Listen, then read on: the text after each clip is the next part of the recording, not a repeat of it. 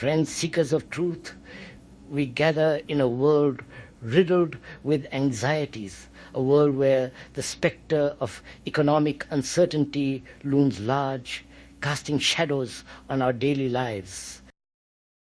The headlines scream of market fluctuations, inflation rates climb, and job security seems a distant dream. We are bombarded with messages that equate our worth with our net worth, fostering a climate of fear and insecurity that permeates our very being. But within this tempestuous sea of financial worries, is there a beacon of hope, a path to inner peace? Can we navigate these turbulent waters without losing ourselves to the anxieties that threaten to engulf us? I believe, echoing the spirit of Jiddu Krishnamurti, that we can. But it requires a radical shift in perspective, a fundamental questioning of the values and assumptions that underpin our economic anxieties.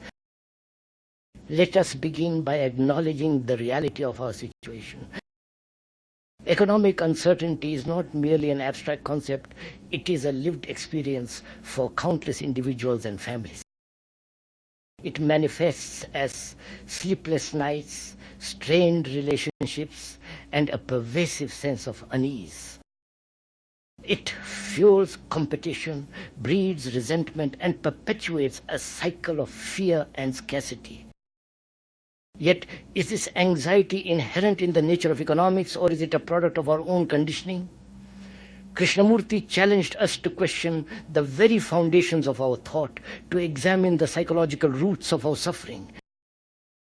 In the context of economic anxiety, this means scrutinizing the beliefs and values that shape our relationship with money and material possessions. From a young age, we are taught to equate success with financial prosperity. We are bombarded with advertisements that promise happiness and fulfillment through the acquisition of material goods. We are encouraged to compare ourselves to others, measuring our worth by the size of our houses, the brands we wear, and the cars we drive. This relentless pursuit of material wealth creates a sense of dissatisfaction and emptiness. We become trapped in a cycle of wanting more, never truly content with what we have. We are constantly chasing an illusion, a mirage of happiness that always remains just beyond our grasp. But is this the true nature of happiness? Is it contingent upon external circumstances such as our financial status? Or does it reside within us, independent of the fluctuations of the market? Krishnamurti urged us to look inward, to discover the source of our own inner peace. He pointed out that our anxieties often stem from our attachment to the future. We worry about losing our jobs, about not being able to provide for our families, about the uncertainties that lie ahead. This preoccupation with the future prevents us from fully experiencing the present moment, from appreciating the simple joys of life. But the future is not a fixed entity, it is a product of our own thoughts and actions. By clinging to our fears, we inadvertently create the very future we dread.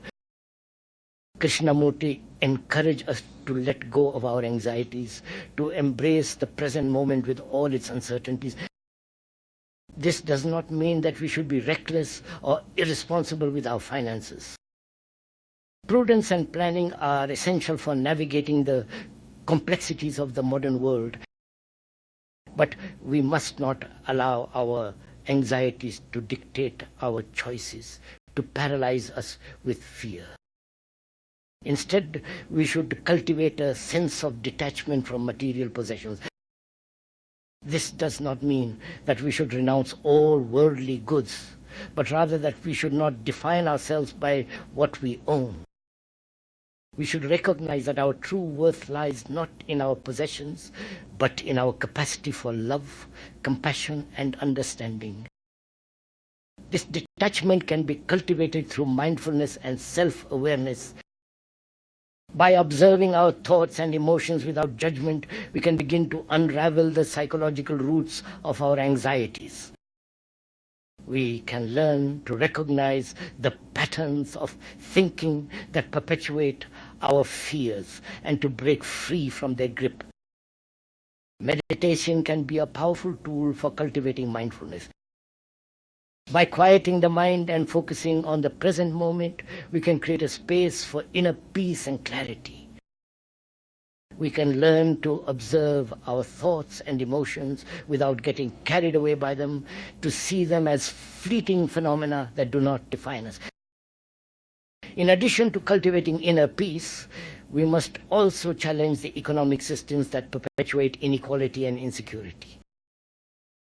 Krishnamurti was a staunch advocate for social justice, urging us to create a world where everyone has access to basic necessities and opportunities.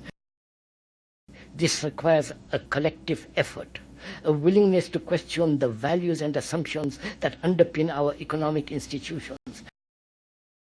We must move beyond the narrow pursuit of self-interest and embrace a vision of shared prosperity, where the well-being of all is prioritized. This is not merely a utopian ideal, it is a practical necessity for creating a sustainable and harmonious world. When we prioritize the needs of the many over the desires of the few, we create a society that is more resilient, more equitable, and more fulfilling for all. This transformation begins with each of us, with a willingness to examine our own values and to act in accordance with our conscience. We must challenge the status quo, advocate for policies that promote economic justice, and support organizations that are working to create a more equitable world. In the face of economic anxiety, it is easy to feel overwhelmed and helpless.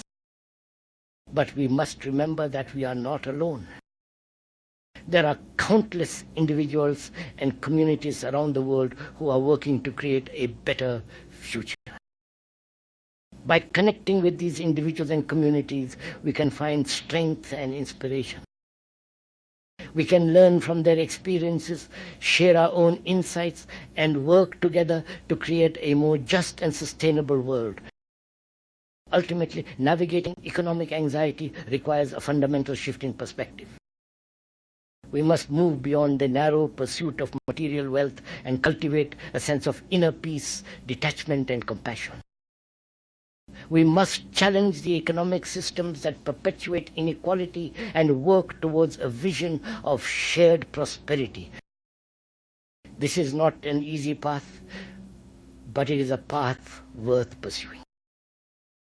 For in the midst of economic uncertainty, we can discover a deeper sense of meaning and purpose, a connection to something larger than ourselves. We can find true happiness not in the accumulation of wealth, but in the cultivation of inner peace and the service of others. Let us therefore embark on this journey together as seekers of truth, as modern spiritual explorers. Let us question everything, challenge everything, and discover for ourselves the path to inner peace in times of financial uncertainty. Let us create a world where economic security is not the ultimate goal, but rather a foundation upon which we can build a society of love, compassion, and understanding.